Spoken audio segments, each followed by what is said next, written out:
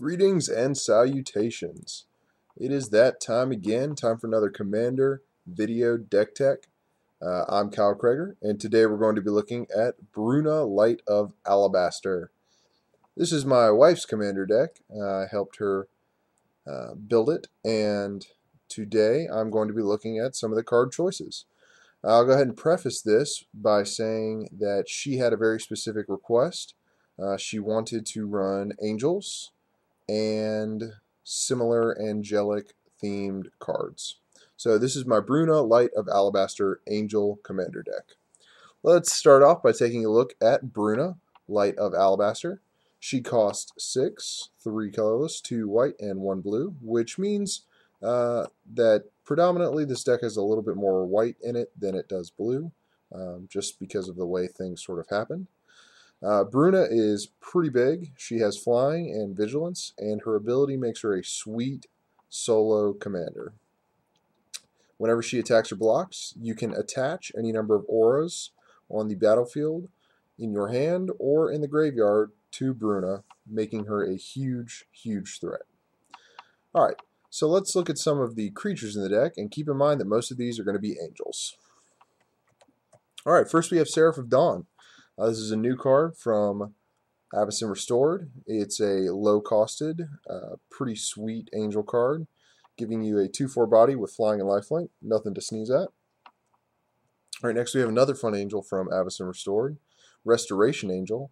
She basically lets you reuse your Enter the Battlefield effects on any of the non-angel cards in the deck, and there are quite a few of those to take advantage of her ability. Alright, now we have Angel of Jubilation. She acts as a pump ability for all of the creatures in our deck, since all of the creatures we have are not going to be black creatures. So if she's out, everybody gets +1/+1.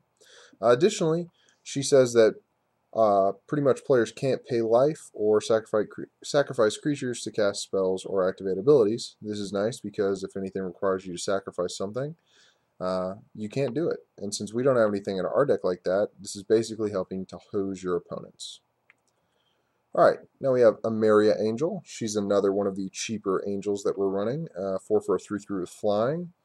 Her landfall ability is really nice because whenever you do play a land, you get a cool 1/1 white bird creature token that also has flying. This can be used to go on the offensive if you need to, or you can keep the bird back as a blocker. Alright, now we have Baneslayer Angel. In case you didn't get to play with this when it was running amok in Standard, it's a great cost for a big creature that has a lot of really relevant abilities, flying, first strike, lifelink, and a somewhat relevant protection from demons and from dragons in Commander. Right now we have Karmic Guide. It's important to note that Karmic Guide, although it just says Summon Spirit, is actually an angel spirit. Karmic Guide's great because it lets you basically recur a creature from your graveyard to play, for a pretty inexpensive cost, and then it sits around and basically acts as a pro-black blocker.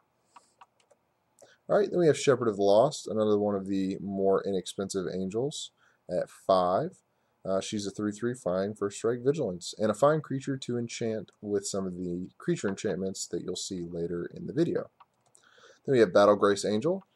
She was one of the fun exalted angels from Shards of Alara. And basically, if you're just swinging with Bruna, then Battle Grace Angel gives her lifelink, which is pretty sweet.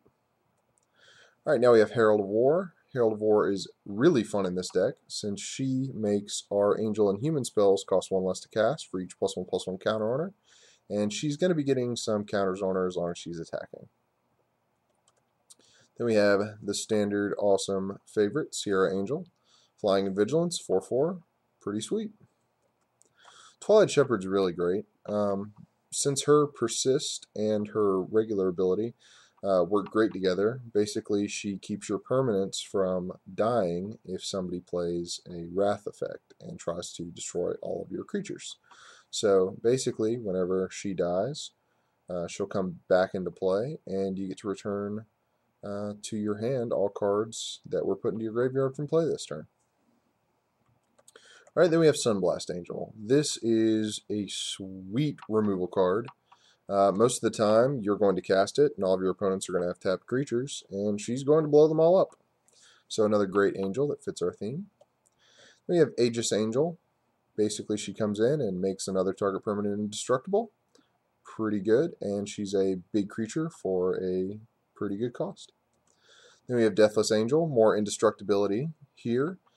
She is going to basically keep Bruna or any of your other angels alive as long as you can pay 2 white. Then we have Angelic Arbiter. This kind of gets into more of the control aspect.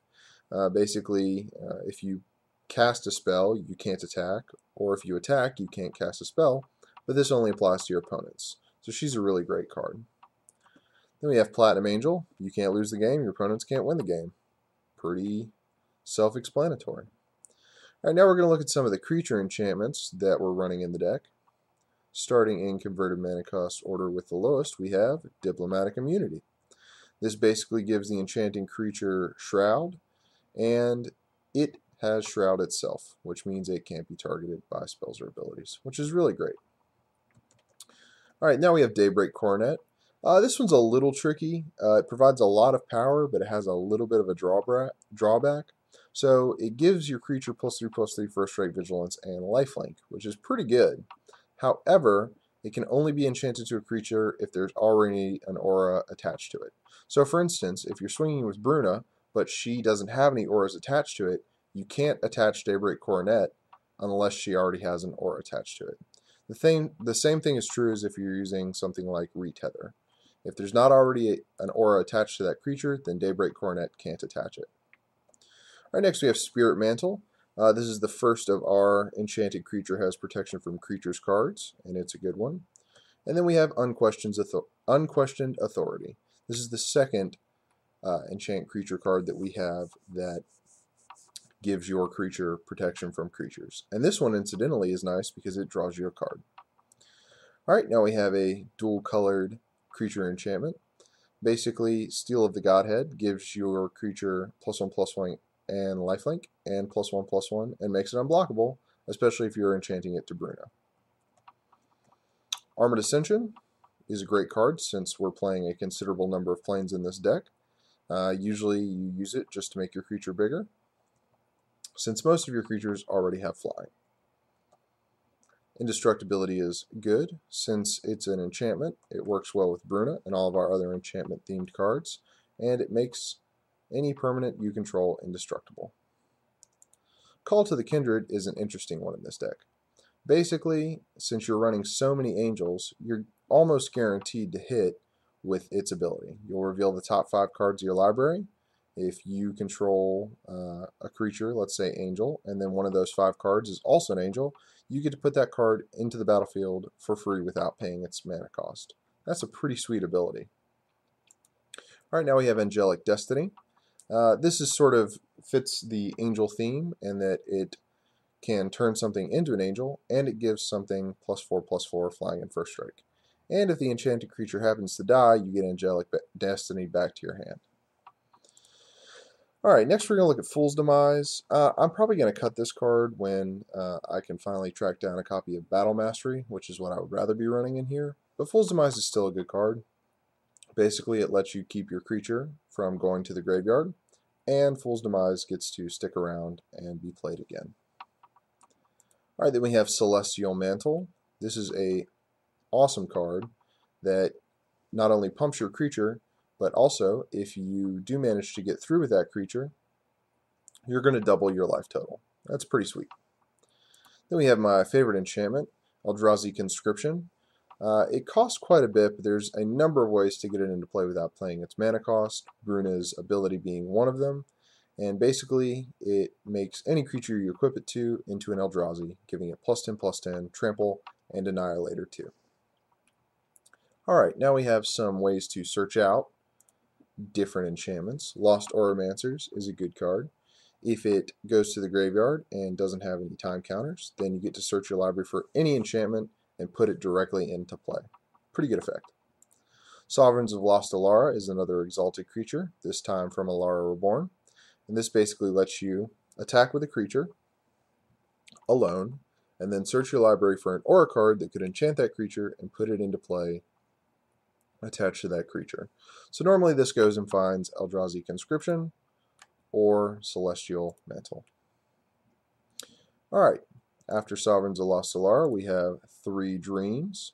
This is another really good card with Bruna, since you can play 3 Dreams, go find your 3 best enchantments, and then immediately attack with Bruna and attach them to her. Retether is another great card. You get to return each aura card from your graveyard to play, and then basically enchant creatures that you control a second time. Nomad Mythmaker is another really good card. If for whatever reason an aura is put into your graveyard, Nomad Mythmaker can return it to play and attach it to a creature. So this kind of gives you an incentive to maybe discard some of your auras, since not only can Nomad Mythmaker bring them back, but Bruna can also bring them back with her attack ability as well. Auramancer is another fun card that lets you return an enchantment card from your graveyard to your hand, and her ability can be used with Restoration Angel.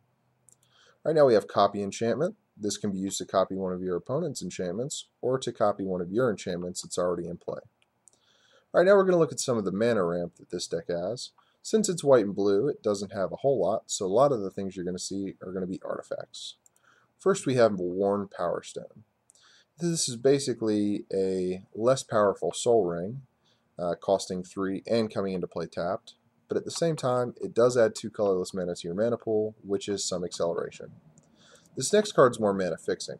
Armillary Sphere lets you search your library for 2 basic lands and put them into your hand. Azorius Signet's great because it's on color and it ramps us a little bit. Then we have Everflowing Chalice. This card can be kicked as many times as you want, and then it can be tapped to add 1 colorless mana to your mana pool for each charge counter on it.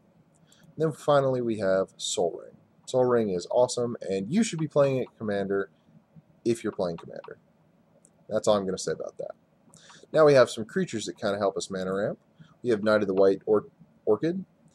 This creature comes into play, and if your opponent controls more lands than you can search your library for planes and put it into play. It doesn't even come into play untapped, which is really cool.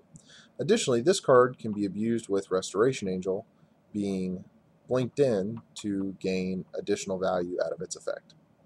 And then we have Solemn Simulacrum.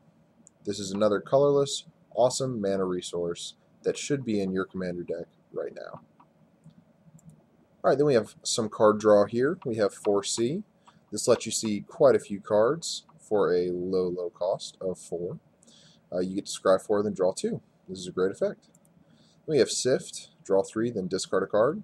Usually you want to discard an enchantment or creature if you can bring that creature back with one of your recursion effects. Standard, Divination, draw 2 cards. And then Mauldrifter, a divination on a stick. Mesa Enchantress is repeatable card draw. Whenever you cast an enchantment card, you get to draw a card. Same thing with Core Spirit Dancer. It's additional to note that Core Spirit Dancer can also get pretty big when you attach some auras to her, getting +2/+2 for each aura attached to her. Then we have Wall of Omens. This is a good blocker that replaces itself by drawing a card when it comes into the battlefield. Another effect that can be abused with Restoration Angel. Now we have some removal. Akroma's Vengeance is an angel-themed Wrath of God, also destroying artifacts and enchantments. Path to Exile is great targeted removal, and so is Swords to Plowshares. Then we have Oblivion Ring, which deals with all kinds of non-land permanents. And finally, Return to Dust. This is a great card because even though it is an instant, you're probably going to want to play it during your main phase to remove 2 artifacts or enchantments from the game instead of just 1. Alright, now we have Sierra Ascendant. This is a cheap, absurd card for Commander. And I know some people get a little grief for playing this card, but I figure I might as well hook my wife up and give her a sweet, sweet card in such a fun format. Wall of Reverence is a great way to stop damage and gain life at the same time. And Drogskull Reaver is a fun on-color card that has a few relevant abilities. Flying, Double Strike, Lifelink, and whenever you gain life, the ability to draw a card. This is a great card. Wall of Denial is another cheap way to stop early damage. And then we have Defy Death. This is another angel-themed card that lets you bring back one of your creatures from the graveyard to the battlefield for a pretty reasonable cost. Then we have another angel-themed card, Luminarch Ascension. It's a fun enchantment that lets you put angel tokens onto the battlefield if you don't lose life during your opponent's turns. Then we have a few of the lockout effects. Windborn Muse, basically a 2/3 flyer that says creatures can't attack you unless their controller pays 2 for each creature he or she controls that's attacking you. And Ghostly Prison, the enchantment version of Windborn Muse, stating the exact same thing. Then finally, we have a few pieces of equipment. We have Lightning Greaves. This gives your creature haste and shroud. Whisper Silk Cloak, giving your creature unblockability and shroud. And finally, another angel-themed equipment, Moonsilver Spear. Although this card costs a lot, the first strike can be relevant, and the fact that it creates an additional angel creature every time the creature that it's equipped to attacks is a pretty sweet bonus ability. Alright, now we're going to look at the land. We have Command Tower, Azurius Chancery, Seachrome Coast, Glacial Fortress, and Serigi Refuge, all being able to tap for both white and blue. Then we have Emeria the Sky Ruin. This deck runs enough planes to where you may actually be able to pull Emeria's ability off, letting you recur creatures from your graveyard onto the battlefield if you control 7 or more planes.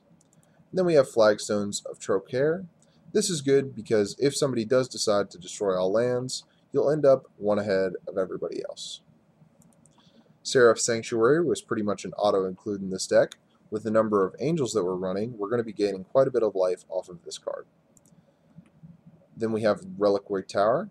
This lets you have no maximum hand size, so in case you do end up with a hand greater than 7, you don't have to discard anything at the end of your turn.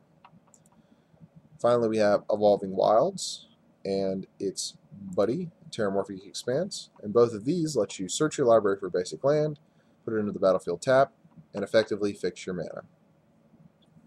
Finally, we have 15 planes and 7 islands to round out the deck. So, if you're looking for a fun, angel-themed enchantment deck, I would recommend giving Bruna Light of Alabaster a try. Thank you very much for watching. I hope you enjoyed the video. And if you have any comments, questions, concerns, criticisms, or coercions, please feel free to leave them in the comments section. Otherwise, I hope you'll like our video and subscribe. Thanks again for watching. See you next time.